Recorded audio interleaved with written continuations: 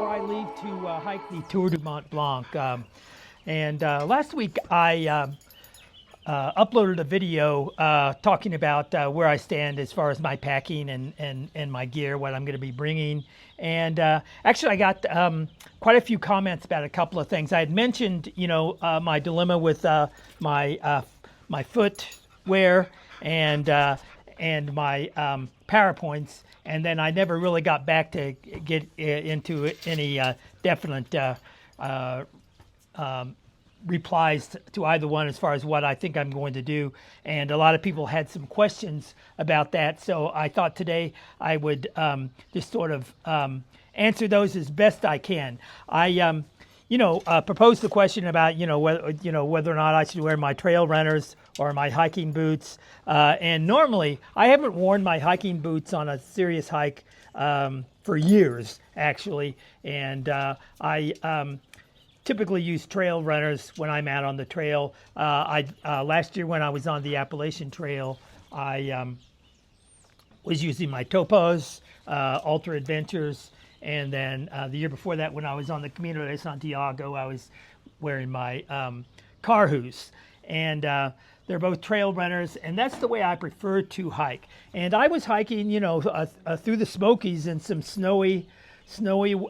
wet, snowy weather, and these did fine for me. However, my dilemma is that I'm using G Adventures to using their itinerary. They've got all my refuges booked for me, and I just sort of had to be on their itinerary on their scale. But they also included a recommended packing list, and they not only recommended hiking boots, but they specifically said hiking boots rather than a trail running shoe.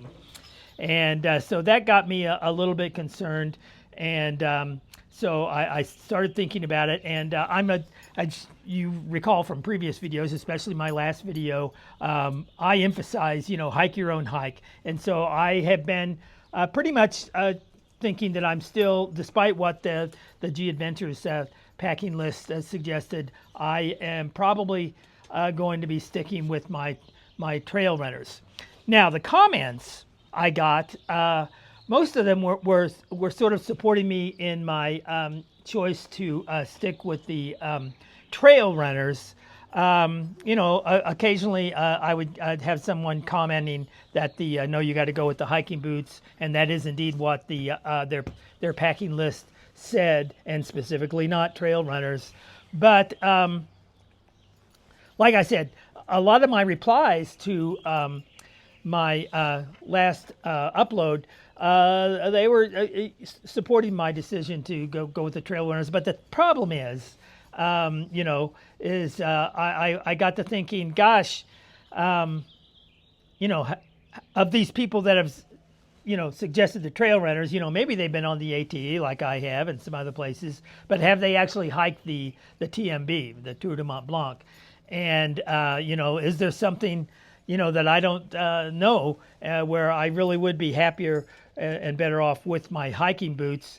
And so, looking at those comments, I had to, ask myself, well, does this person do they actually have any experience on the TMB? And eventually I got a reply that said, oh yeah, I've been on the TMB. I did it in early summer, and I would use my trail runners, hiked over some snow and ice and everything, and all was fine. So that made me feel a whole lot better about sticking with my trail runners. However, the very same day that I got that message from one of my followers that saw my last video that I uploaded, the very same day I got a message from the G Adventures people saying that they had done a weather update, and they were expecting quite a bit of some heavy snows and during the time that I was going to be on the TMB, and they were once again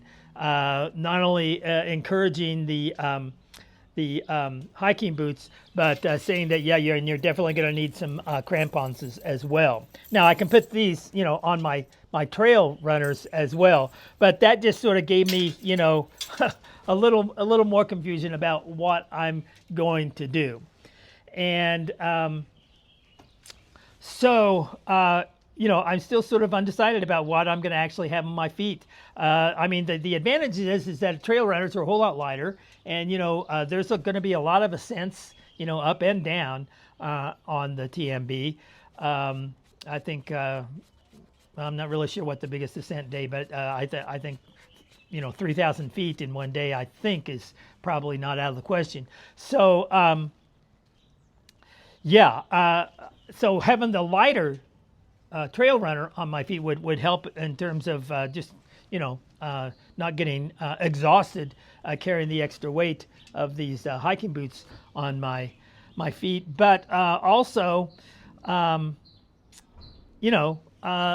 the advantages of the hiking boots would be, number one, a lot more support actually, which I don't necessarily feel I need, but more insulation. And if it does get to be really severe and I'm hiking in really high, moist, wet snow, my feet might be a whole lot more comfortable in these. So it's sort of a question about frostbite on my toes, avoiding that, or having a little less weight on my feet as I'm trudging my way up those mountainsides. So, yeah, that's my dilemma. So I think right now, what I'm going to do, I'm still leaning toward my trail runners, but I'm thinking I might go ahead and pack my hiking boots, because the whole thing's going to sort of begin in Chamonix, and and that's where it will end also. So if I decide to go,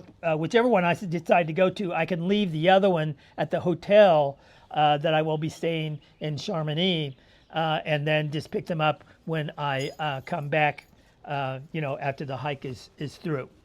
So there's where I stand as far as my footwear. Now, the next thing that I was talking about the power packs in my last video, and I was concerned because I've heard that the airlines have come up with some new regulations because of recent fires that have started on planes midair, which is not good, and power packs have been the cause of them. And so, in fact, this has been the rule for a while, but you're not allowed to check any lithium ion batteries in your checked luggage. They've always had to be carry-ons. Now what they're saying is not only can you not check them, but you have to, if you're going to be carrying any kind of power packs, they have to be in your personal item, meaning they're going to be at your feet and not up in the overhead bins, because if something should catch fire, it will be easier to spot if they're not in the overhead bins. So, but that's not necessarily a problem. I don't mind carrying it in having it in my personal item down by my feet. But also, I guess a lot of airlines now are not allowing you to charge in flight. You can carry your power pack with you in your personal item, but you're not allowed to actually charge any of your devices while in flight, which is okay with me, because I don't use my devices a lot while I'm in flight. In fact, on these long haul flights, when I'm flying from one continent to another, I try to spend as much of my time sleeping as possible. But another thing, and some of my replies that I've gotten on social media and Facebook, and YouTube, some people have given me some replies regarding that. But I had heard via social media that a lot of airlines are not only saying that you have to keep these in your personal items, but they're restricting the size limitations of these. So I think at the time I made my last video, my decision was, I've got two Nicor power backs, one 10,000 megahertz and this one 20,000 megahertz. And not knowing exactly what size limitations, and I also had heard that it's, different airlines have different limitations, and so I kind of wondered, when you're going through security checks and they're checking your baggage, they don't necessarily, as far as I know what airline you're going to be on unless they check your boarding pass or something like that. But when you're standing in line, going through the X-ray machines and things like that, as far as I know, nobody necessarily knows what airline you're going on, but maybe they do.